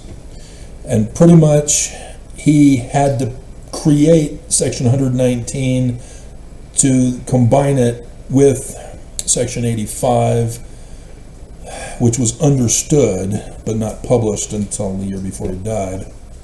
And so he had printed up all of the ledgers of those who were paying him secretly under the guise, if they got caught by Joseph, that it was to for the Temple of Nauvoo to be built. He had been doing this as early as 1842. This was released in the Joseph Smith papers after the church said it was all done and all finished. In 2023. And so come Thanksgiving 2023, the church, Nelson, rushes it out to be published right before Thanksgiving that week. And so for Thanksgiving, I do a 6-hour series going over those documents. You're welcome. It's got the names of all the loyal Danites and those who either went willingly or were hostages as females. So I'm still struggling on this as to how to identify whether the women were willing participants or whether they were compromised participants or whether they were maybe just dumb blondes. Didn't have a clue. Just a nightmare scenario of this church. The abominations, the evils, the crimes, the deprivation of mankind. It is awful. And for Mormons to still embrace this is awful. And it is all coming out to light. All of the evils of this church in Utah are all hitting the fan.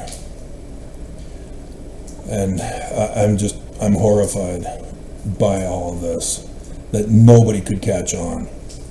So the one claim that he makes is an illiteracy on his part.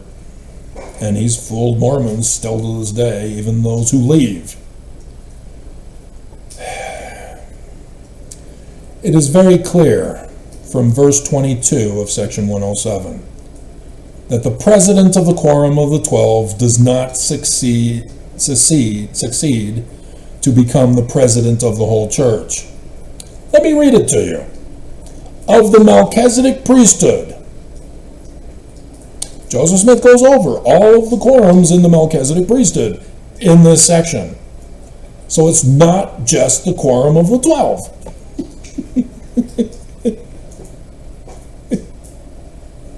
It's all of them.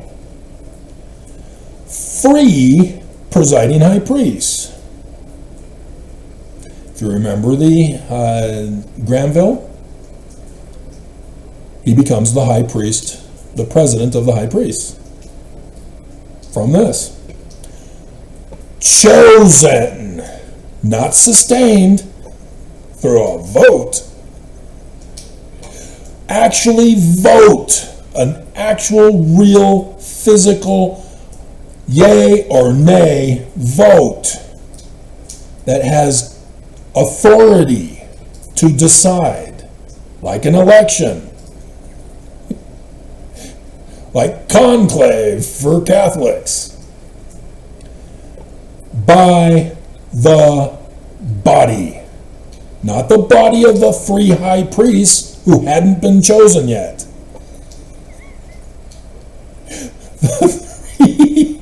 the body of the whole Melchizedek priesthood. All the quorums of the Melchizedek priesthood. They choose. They vote for 3, not 1 and 2 counselors. Joseph Smith is very clearly the only president, and he has counselors. This is clearly 3 to replace 1 Joseph Smith. And yet, 23 and 24, Brigham Young wants you all stupid. The church purposely leaves out 22 when they go over this. The 12 traveling counselors, really, not standing? That's the High Council, are called to be the 12 apostles, or special witnesses of the name of Christ. What is the name? Oh, the hidden name. That is, to avoid the too frequent repetition of the name, we say Melchizedek, which in Hebrew is part of the actual name in Hebrew. Amen. The M and N, Paleo-Hebrew.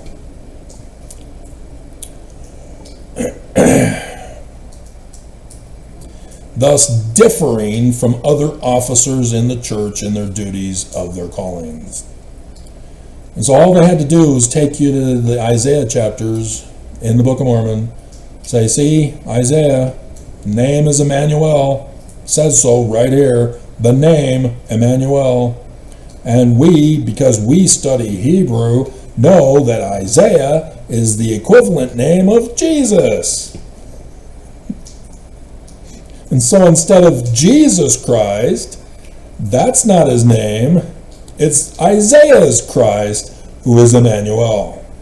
So in the name of Isaiah's Christ, amen.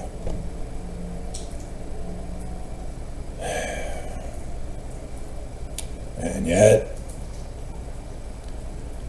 so they form a quorum equal in authority and power to the 3 presidents previously mentioned.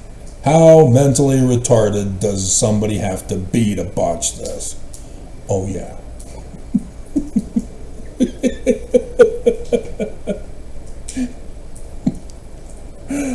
The whole Melchizedek priesthood vote, not the quorum of the 12.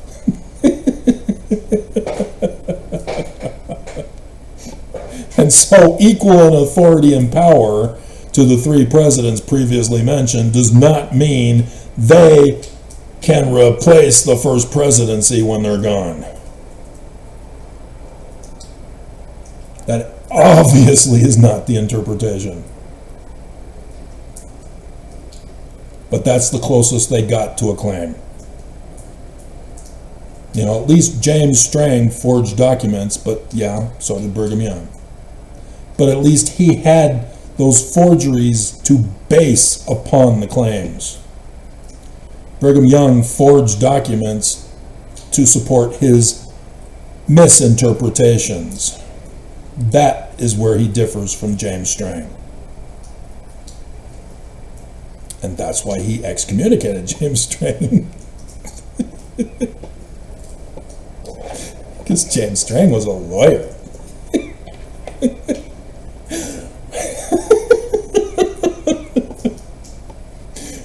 Also in the sealed portion, Oakes should know about this, Strengthening Church Members Committee, because if he's not watching my channel, he should be. He doesn't have time, Travis. He's got to run the church into the ground. Yeah, that's the whole problem. Is that Martin Harris, when doing that, I found, did not go with Brigham Young. He went with James Strang. But when the scandal hit the fan, Martin Harris then went back to Brigham Young. That's why he came to the Valley. Otherwise, no, we didn't. Okay?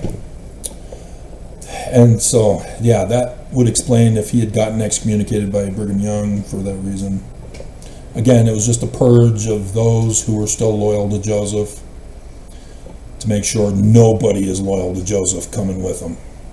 And so all new converts to this very day all live the lie, believing that Joseph Smith was somebody he wasn't, that the Book of Mormon says stuff it doesn't, that the Doctrine and Covenants now is full of contradictions that contradict itself and contradict the Book of Mormon, as that other group said.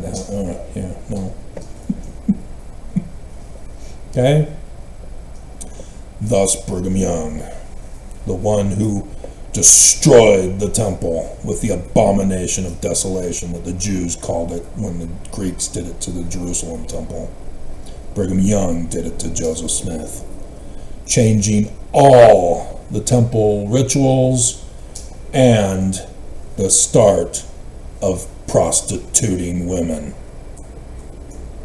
And Brigham Young did it worse, similar to the Greek version, or the Roman version of orgy sex, not just prostituting of women.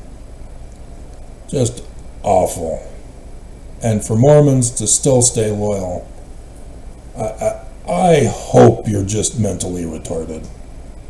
I hope for your sakes that that's all it is, that you just refuse to study, that you refuse to know what's really up because you don't want to leave the church when you find out the truth. I hope that that's still your reasoning to this day. Yeah, I've heard these excuses and others. You've got none. You have to study. If you're going to be a Mormon, you need to study Mormonism. You cannot get away with being a couch potato. You cannot be a casual Mormon. And I'm sorry, Pymos, the one who exposed what a Pymo is, as he himself is. You can't be. It's a trap. Oaks is purging this church. You need to make your choice, and you need to make it quick. Because if you stay in this church, but you still want to be a Pymo, they're coming for you. Oaks is already doing the purging. I'm trying to warn you guys. It's coming soon. And I'm hoping that if you saw the video, and you probably didn't, where did I put it? Did I put it away already? Crap. There it is. I'm hoping for this timeline on the days, but as I did in the video, maybe. It could be. I don't know. Whatever. So, yeah, we've already got the theme song. It's going to be feelings. So, one more.